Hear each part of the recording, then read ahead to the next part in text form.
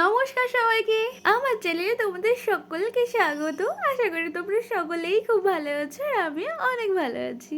অনেক দিন হয়ে গেছে আমি ছুটি কাটাচ্ছিলাম।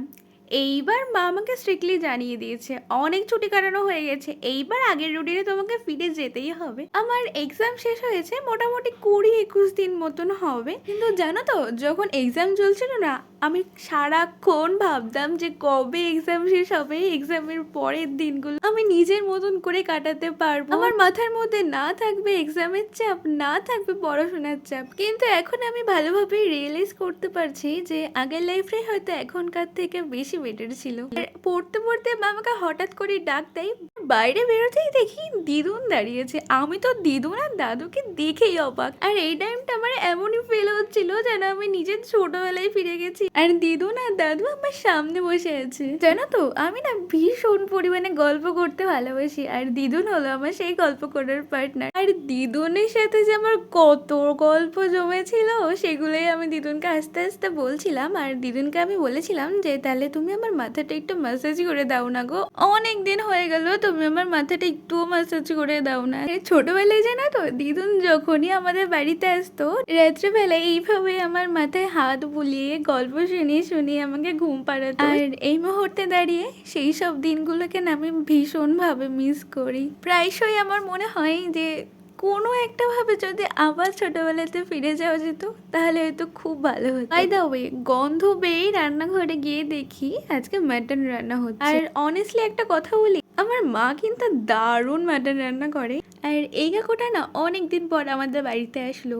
আমাদের বাড়িতে না সকলে কাসুন্দটা না খেতে খুব ভালোবাসে। আমি ছোটবেলা থেকেই দেখে আসি যে যখনই কাসুন্দ নেওয়া হয় না ঠিক এই কাকুটার কাছ থেকেই নেওয়া হয়। মোটামুটি 3-4 মাস পর পর আসে, আর ওই 3-4 মাস পর পরই আমাদের কাসুন্দটা নেওয়া হয়। আর এই কাকুটা না কথা বলতে পারে না, আর ইশারাতে বললেও আমাদের ইশারাটা তেমন বুঝতে পারে না, সেই কারণে বাবাই পুরোপুরি বলে পাঠিয়ে দেয় আর উনি দিয়ে যান। আর এরপরে আমরা লাঞ্চ করতে বসে যাই। আর আজকের মেনুতে ছিল মায়ের হাতে স্পেশাল মাটন কষা, আর নিম বেগুনটাও ছিল, আমি অল্প করে নিয়েছিলাম। আমার না এই মায়ের হাতের মাটন ছাড়া না অন্য কারোর হাতের মাটনটা খেতে তেমন একটা ভালো লাগে না, একটাই কারণে আমার মা এত সফট করে রান্নাটা করে যে আমার মনে হয় যে আমার মায়ের হাতের রান্নাটাই বেস্ট। তো আজকে লাঞ্চ করার পর মা আমাকে লেবু কেটে দিয়েছিল, এই কারণে আজকের মতন টক দুইটা স্ক্রিপ্ট করে গেছিলাম। তারপরে বিকেলবেলা বাবা মাকে বললো যে তাহলে আমি একটু চা করে দিই, একটু চা খাই, তারপরে বাবার একটু কাজ আছে তো সেখানে বেরোবেন,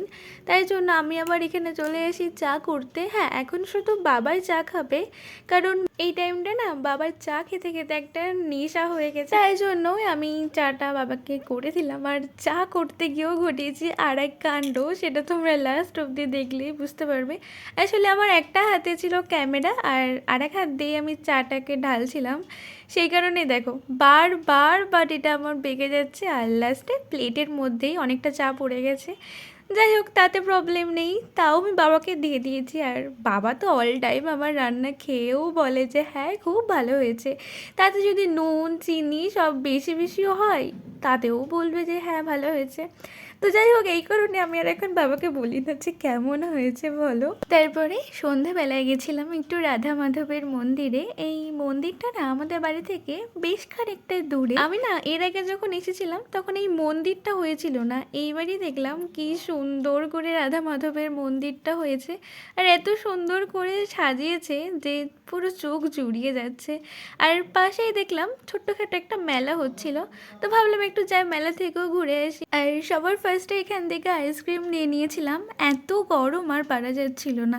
তারপরে এই কানের দোকানেই আমি 10 মিনিট কাটিয়ে দিয়েছিলাম, কিন্তু নেইনি কিছুই, কারণ আমার একটা কিচ্ছু পছন্দ হচ্ছিল না। এই জন্য আর টাইম ওয়েস্ট না করেই বাড়ির জন্য বাদাম ভাজা নিয়েই আমি চলে আসি। ও হ্যাঁ, লাস্টে না মেলা থেকে বেরোনোর সময় দেখলাম একটা জায়গায় এতগুলো গোলাপ ঢেলে বিক্রি হচ্ছিল, আর এই এত গোলাপ দেখে না নিজেকে ধরে রাখতে পারছিলাম না, তাই কয়েকটা আমি নিয়েই চলে এসেছি। আর আনতে গিয়ে যে আমি কত কাটা খেয়েছি না সে আর বলার কথা না। আর এই সময়ে বছরের প্রত্যেকবার বাবার একটা বন্ধুর বাড়িতে আমাদের সকলে নিমন্ত্রণ থাকে, কিন্তু এবার শুধু বাবাই গেছিল, আমি আর মা আর যেতে পারিনি। তাই জন্য এখানে আমাদের জন্য ডাল আর আরেকটা কিসের একটা তরকারি পাঠিয়ে দিয়েছিল। আমাদের তো ডিনার কমপ্লিট, এবার এদের টুকরো খেতে দিতে হবে, তাই না? আর খেতে দিতে দিতেই ওদের খেলাগুলো দেখছিলাম, কি সুন্দর জলের মধ্যে আপন ইচ্ছায় খেলে বেড়াচ্ছে। সো আজকের ব্লগটা এখানেই এন্ড করছি, দেখা হচ্ছে নেক্সট কোনো ব্লগে। ততক্ষণ টেক কেয়ার, লাভ ইউ,